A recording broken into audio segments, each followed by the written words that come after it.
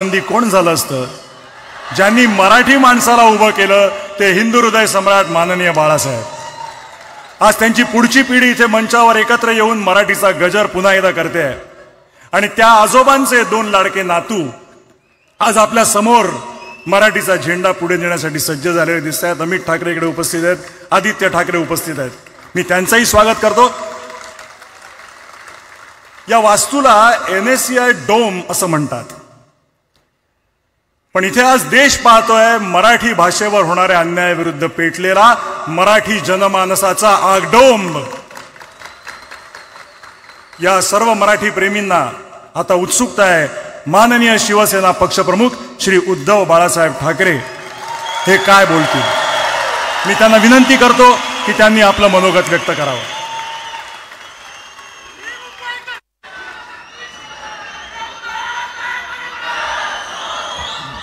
बातम्या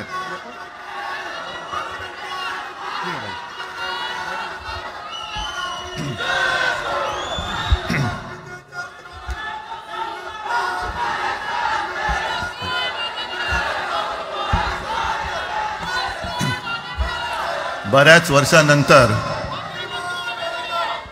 राज आणि माझी भेट व्यासपीठावरती झाली. आता पंचायत अशी आहे की त्यांनी मला सन्माननीय उद्धव ठाकरे असं बोललेलं आहे.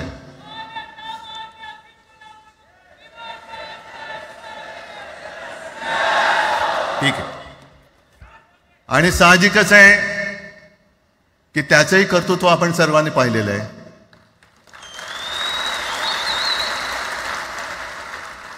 म्हणून माझ्या भाषणाची सुरुवात करताना सन्माननीय राज ठाकरे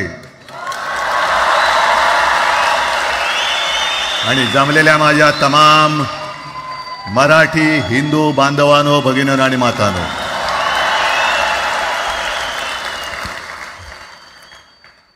अप्रतिम मांडणी राजनी केलेली आहे.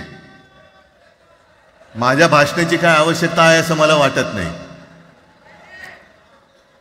कारण आजच्या कार्यक्रमाची घोषणा झाल्यानंतर साहजिकच आहे सगळ्यांचं लक्ष हे आज भाषणाकडे आहे.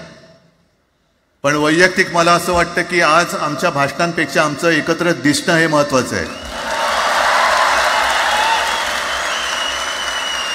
सर्वप्रथम इकडे समोर सगळेजण बसलेत, ज्यांनी ज्यांनी मराठी भाषेसाठी पक्षभेद विसरून एक मराठी माणसाची वज्रमूठ दाखवली, त्या सगळ्यांना धन्यवाद देतोय. दीपक पवार पण त्याच्यात आहेत, सगळेच आहेत, मुणगेकर साहेब आहेत, सुप्रियाताई आहेत, सगळेच आहेत. कोणाकोणीची नाही. महादेवराव बसले. महादेवराव आपल्याला सुद्धा बऱ्याच वर्षांनी पाहिलं. काय वेळेला काय जानकर बी अंजान होते, असं होतं. पण एक गोष्ट नक्की की आमच्या दोघांमध्ये जो काही अंतरपाठ होता तो आनाजी पंतांनी दूर केला.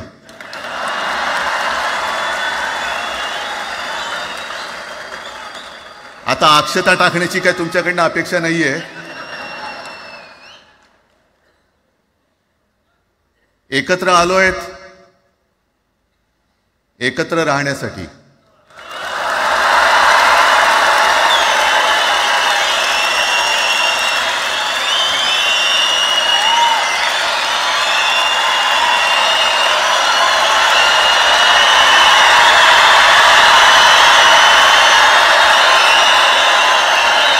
मला कल्पना आहे, आज मला कल्पना आहे की अनेक बुवा महाराज हे बिझी आहेत. कोण लिंब कापतंय, कोण टाचण्या मारतंय, कोण गावी जाऊन अंगारे दुपारे करत असेल, रेडे कापत असतील. त्या सगळ्यांना सांगतो, या सगळ्या भोंदूपणा विरुद्ध माझ्या आजोबांनी लढा दिला होता आणि त्यांचे आम्ही वारसदार म्हणून तुमच्या समोर उभे ठाकलेलो आहोत.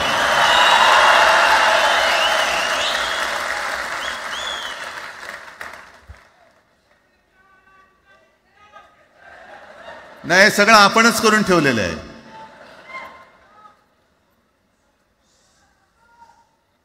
भाषेवरनं जेव्हा एखादा विषय निघतो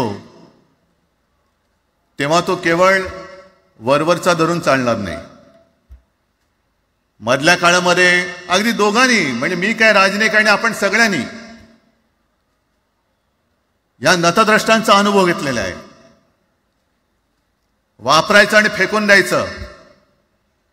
आता आम्ही दोघं मिळून तुम्हाला फेकून देणार आहोत. आजपर्यंत वापर करून घेतलात. अरे डोक्यावरती जर का शिवसेना प्रमुख नसते तर तुम्हाला ओळखत कोण होतं या महाराष्ट्रामध्ये? कोणत्या भाषेत बोलत होतात? अगदी राज, तू सगळ्यांची शाळा काढली. मला एका प्रश्नाचं उत्तर पाहिजे. मोदींची शाळा कोणती? सगळ्यात उच्च शिक्षित आहेत.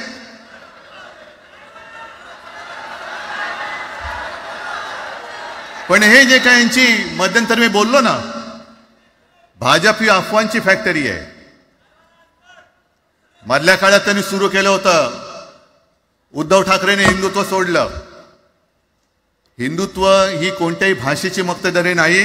आम्ही अस्सल मराठी बोलणारे तुमच्याही पेक्षा जास्त कडवट, कट्टर, देशाभिमानी हिंदू आहोत. तुम्ही काय आम्हाला हिंदुत्व शिकवताय? अरे 92-93 साली जेव्हा जे काय घडलं, देशद्रोही मातले होते, तेव्हा मुंबईतल्या अमराठी लोकांना सुद्धा हिंदू म्हणून माझ्या शिवसैनिकांनी, शिवसेना प्रमुखांच्या शिवसैनिकांनी व मराठी माणसांनी वाचवलेलं आहे. आणि देवेंद्र फडणवीस आज जे बोललेत, बातम्या आले सगळीकडे, मी इकडे बातम्या आणल्यात. भाषेच्या नावाखाली गुंडगिरी सहन केली जाणार नाही. जर महाराष्ट्रामध्ये मराठी माणूस न्याय मागण्यासाठी आंदोलन करत असेल आणि त्याला जर का तुम्ही गुंड म्हणत असाल तर आम्ही गुंड आहोत. आम्ही गुंड. न्याय मागणं म्हणजे गुंडगिरी नाहीये. आणि जर का गुंडगिरी केल्याशिवाय तुमच्या दरबारी न्याय मिळत नसेल तर आम्ही गुंडगिरी करूच.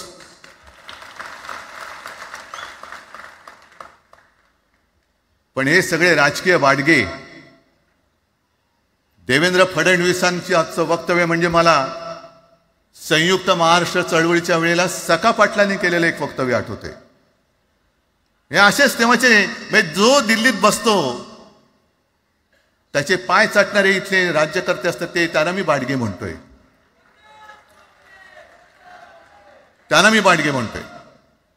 कारण संयुक्त महाराष्ट्र चळवळीमध्ये मुंबई आपल्याला आपण मिळवली. आपण म्हणजे आपण मराठी माणसांनी. तेव्हाही तत्कालीन जे सत्ताधारी होते, हो अगदी काँग्रेस होतीच ना तेव्हा सत्तेवर, मुंबई मराठी माणसाला द्यायला तयार नव्हती. आणि तेव्हा सुद्धा एक मराठी माणूस, म्हणजे आज जे बोलतात ना आम्ही मराठी नाहीत का, अरे तुम्ही नुसतं नावाने मराठी आहात, तुमच्या अंगात मराठी रक्त आहे की नाही आता तपासावं लागेल. आणि सखा पाटील बोलले होते, यावश्चंद्र दिवाकरो